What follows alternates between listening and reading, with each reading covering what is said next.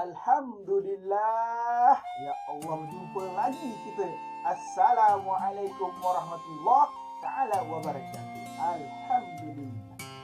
Baik, kita teruskan kelas kita dengan hari ini dengan bacaan Ummul Kitab Al-Fatihah. Bismillahirrahmanirrahim. Alhamdulillahirabbil alamin. Ar-Rahmanirrahim. Maliki yaumiddin. Iyyaka na'budu wa iyyaka nasta'in. Ihdinas siratal mustaqim. Siratal ladzina an'amta 'alaihim ghairil maghdubi 'alaihim waladdallin. Amin. Baik anak-anak sekalian. Ya. Alhamdulillah, Allah panjangkan lagi usia kita, Allah bagi kita kesihatan, Allah bagi lagi peluang dan kesempatan pada kita untuk terus menimba ilmu. Alhamdulillah. Okey, hari ini kita akan masuk dalam bidang fiqh. Okey, baiklah. Pelajaran yang ke-17, muka surat 118 dalam buku teks kamu yang tajuknya ialah rukhsah. Okey, rukhsah anugerah daripada Allah Subhanahu wa taala. Unit 2 kita akan sentuh berkaitan dengan solat jamak dan qasar. Ya anak-anak, terus. Okey.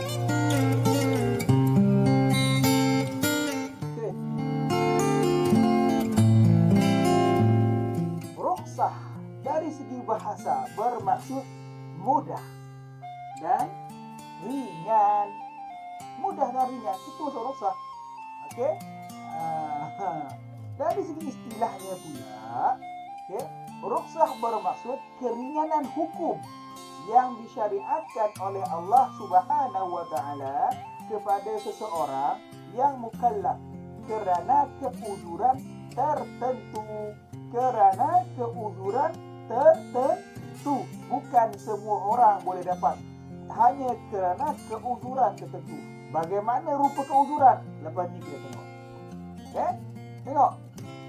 Contoh rukhsah. Okay? Rukhsah. Contohnya, solat ketika sakit. Ketika sakit, ya? Baik. Solat ketika sakit, ya anak-anak, keringanannya ialah kepada pesakit yang tidak berkemampuan melaksanakan solat seperti biasa. Allah bagi cara lain. Tak boleh duduk, Allah suruh duduk. Tak boleh berdiri macam biasa, Allah suruh duduk. Tak boleh duduk, baring hari itu. Okey, ada step-stepnya. InsyaAllah nanti dah balik sekolah kita buat. Okey, praktikal. Ya anak-anak, baik, teruskan. Hikmah rukhsah, hikmah. Okey, kenapa Allah bagi keringanan kepada Muslim, kepada mukmin? Okey, semua orang Islam, semua orang beriman. Okey, yang mukallaf. Kenapa Allah bagi keringanan? Yang pertama, melaksanakan tanggungjawab agama ketika berada dalam kesulitan. Okey, yang ini membawa maksud, okey, solat ataupun segala ibadah dalam Islam itu, okey, yang wajib ditunaikan, kita wajib buat. Ada gitu, wajib buat walaupun dalam kesulitan. Okey. Namun walaupun wajib buat, Allah bagi keringanan, lebih mudah.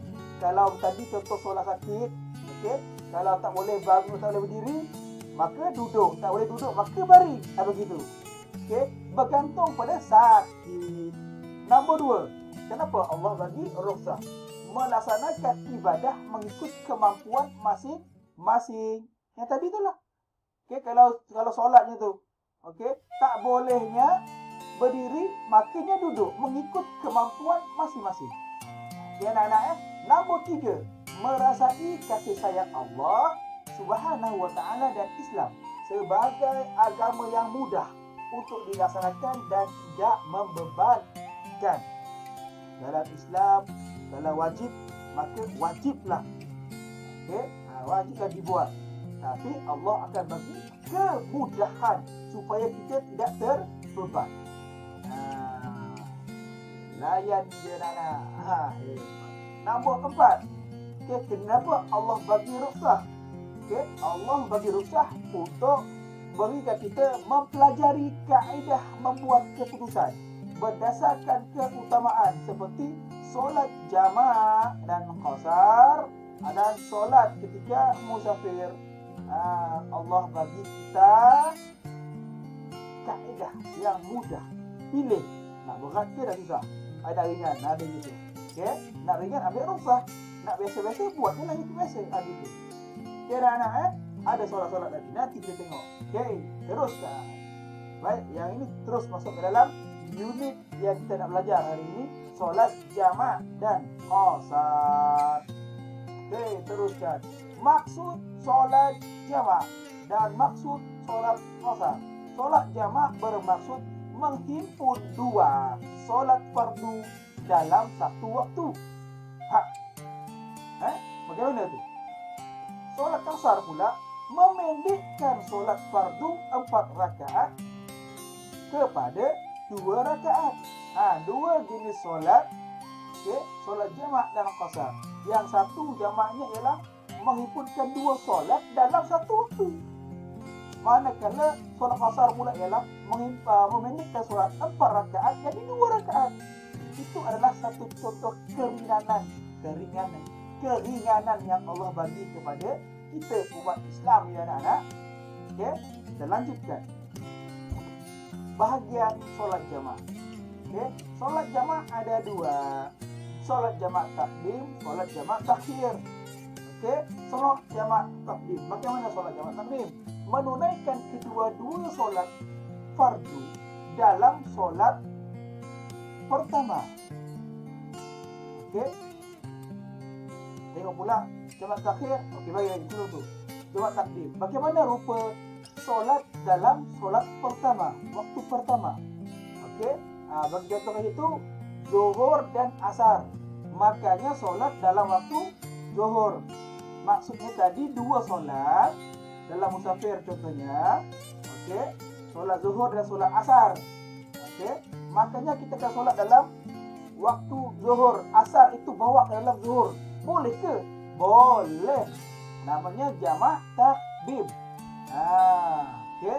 Manakala kalau contoh lain pula maghrib dan isyak. Okey. Bawa solat isyak tu dalam solat maghrib. Solat isyak tu dalam solat maghrib. Bawa sekali.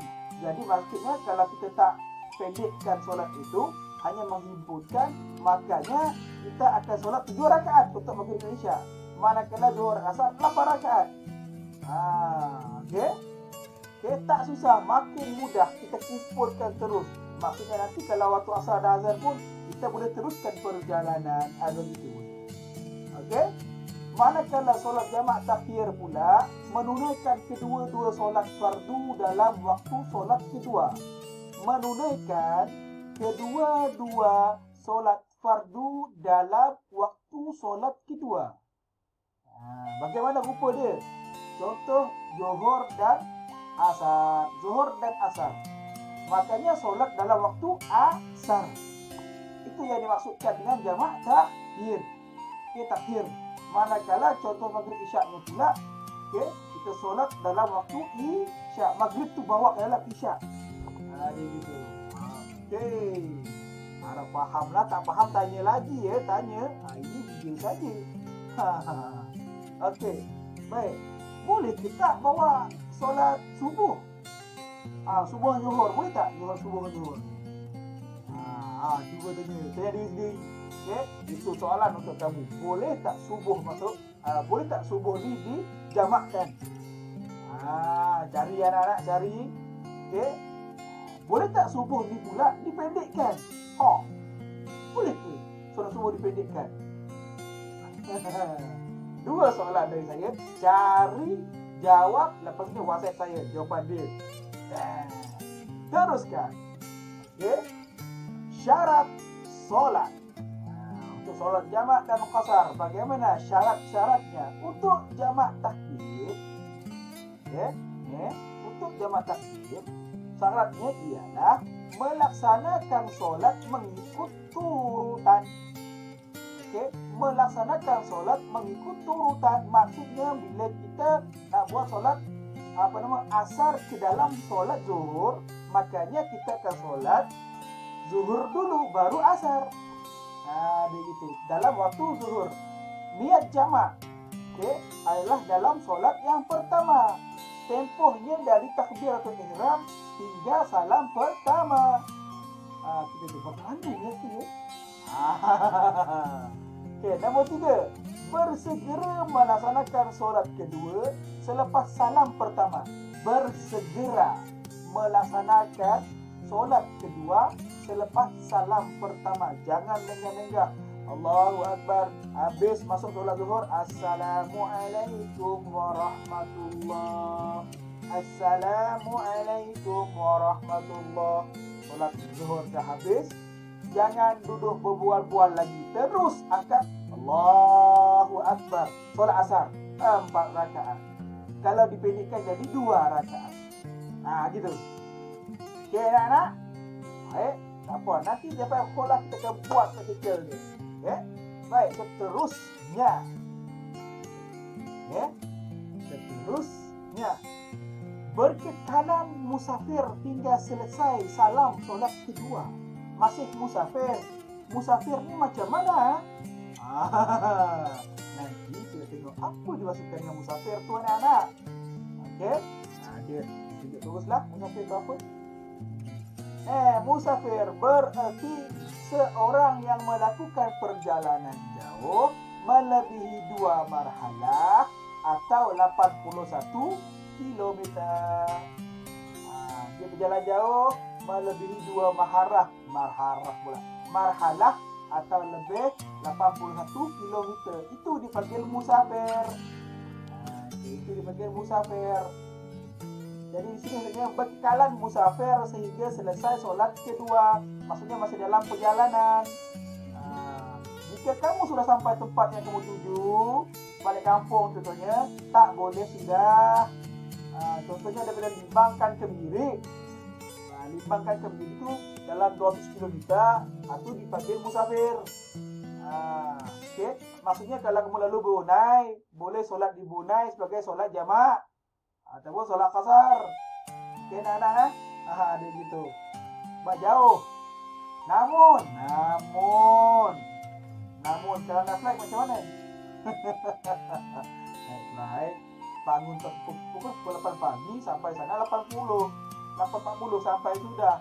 Itu nada. Okey? Memang rasa bawah dulu jalan kaki. Itu dia. Memang berapa hari baru sampai ke sini tu sampainya. Baik, takhir. Bagaimana solat jamak takhir? Niat jamak dalam waktu pertama. Okey, masih bermusafir hingga selesai solat sunat. Selesai solat ditunaikan sama juga. Okey.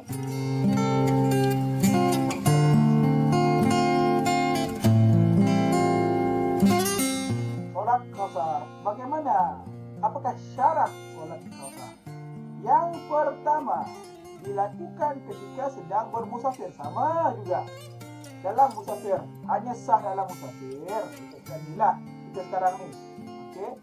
Kemudian yang kedua, telah melepasi sepadan kawasan tempat tinggal. Limbang ke Birik. Kalau masih dalam Limbang, alum dipanggil musafir. Namun kalau sudah melalui Brunei, okey, itu dipanggil musafir. Okey. Nombor 2 melepasi badan. Nombor 3, tidak berniat untuk menetap melebihi 3 hari, tidak termasuk hari perjalanan pergi dan balik. Okey. Maksudnya kamu nak pergi kursus dah tahu dah kat sana tu confirm 5 hari, confirm seminggu. Tak boleh solat jamak qasar. Namun kalau kau pergi ke Birik, tak tahu kedua 3 hari, kan kemarin lagi entah tak tahu bila, okey, itu boleh musafir. Tapi dalam perjalanan itu dipanggil musafir juga. Kan anak apa? Nanti kita bincang lagi. Jangan risau. Okay. Nombor 4, tidak mengikut imam yang bermukim. Contoh bersinggah di Brunei dan solat asar. Di Brunei ada orang sembahyang. Kamu jangan berimamkan mereka. Okey, kamu solat seorang-seorang. Kalau kamu seorang-seorang lah. Okey, kalau kamu berdua, solat rumah lah kamu. Dalam dengan niat jamak dan qasar itulah. Okey, jangan kamu berimamkan imam kampung gitu. Tidak boleh.